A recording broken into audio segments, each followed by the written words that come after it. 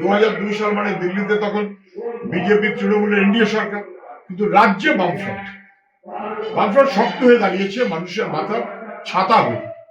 কাউকে দুশ্চিন্তা করতে হয়নি। আজকে কেন মতুয়া সমাজের মানুষকে দুশ্চিন্তা করতে হবে?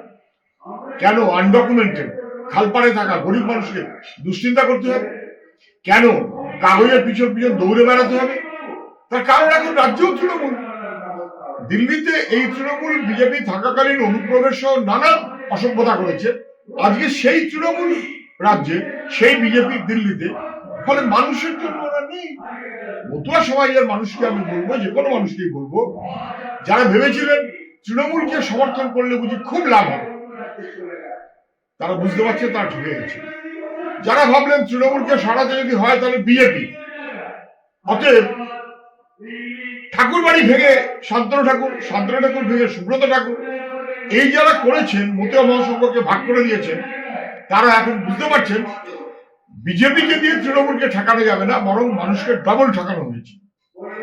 আমরা প্রত্যেকটি স্থায়ীভাবে বসবাসকারী মানুষ তার অধিকার, ভোটের অধিকার, নাগরিকত্বের অধিকার, তাকে নিশ্চিত করবো, এটা অপেক্ষায় থাকবে।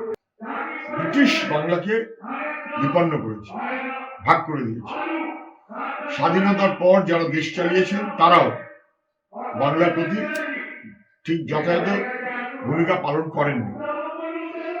এবং তারপর যাও বা বাবা বলে গ্রাম থেকে শুরু করে শহর পর্যন্ত বাংলা এগোচ্ছিল, সবাই বুঝতে পারছিলেন গত 15 বছরে গোটা ভারতবর্ষে বাংলাকে বদনামি করে দিয়েছে তৃণমূলের শাসক। বাংলাকে বাঁচাতে হবে। তার মানেটা কি? বাংলার মানুষের লেখাপড়া, স্কুল বন্ধ হবে আর মদের দোকান চালু হবে, এটা বাংলা বাঁচবে না। ছেলে মেয়েদের কাজ, এখানে কলকারখানা ইত্যাদি ইত্যাদি সব তোলাবাজি করে বন্ধ হবে, আর সবাই ভিন রাজ্যে চলে যাবে পরিযায়ী শ্রমিকের মতন, এতে বাংলা বাঁচতে পারে না। যুব ভারতী ক্রীড়াঙ্গন গোটা ভারতবর্ষে আমাদের সম্মান বাড়িয়েছে, সেখানে মেসিকে নিয়ে এসে কেলেঙ্কারি করা এবং তারপর যা যা কাণ্ড কটা, এতে বাংলার সম্মান বাড়ে না। ফলে বাংলার মান, মর্যাদা, অর্থনীতি, শিক্ষা, কাজ, এলাকায় এলাকায় মানুষের নানান সংকট, এই বাংলাকে বাঁচাতে হবে। তার লড়াই গোটা রাজ্য জুড়ে বাংলা বাঁচাও যাত্রা। অভিষেক নামবে পথে জানুয়ারিতে এসআইআর নিয়ে।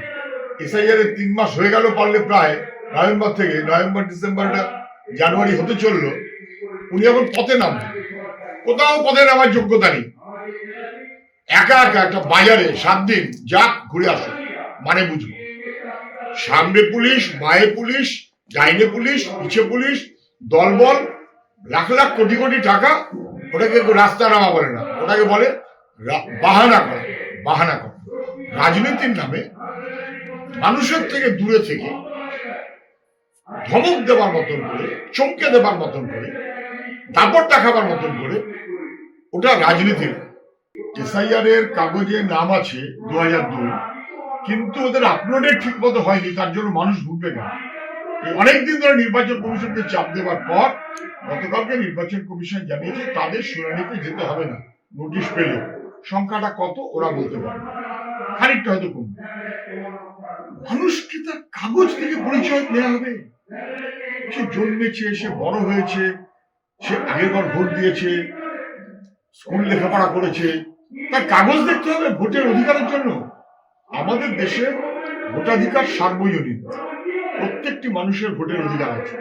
এটাকে নিয়ে যারা ছিনিমিনি খেলতে চায়, তারা এসআইআর এর নাম করে দিল্লিতে মানুষকে ভয় দেখাতে চায়। আর মৃত মানুষের নাম রক্ষা করতে চাইবার মনোভাব থেকে তৃণমূল একই রকম ফাঁদে নিজেরা পড়ছে আর মানুষকে ফেলছে। একের ভোট লুট করে ভোটে জিতেছে পঞ্চায়েতের মেম্বার, তারপর তৃণমূলের নেতাদের টাকা দিয়ে হয়েছে উপপ্রধান, সেই কারণে 7 লাখ। প্রধানের কাছে গেলে ওটা 17 লাখ হয়ে যাবে, পঞ্চায়েত সমিতির কাছে গেলে ওটা 70 লাখ হয়ে যাবে, এমএলএ কাছে গেলে ওটা 1,70 লাখ হয়ে যাবে।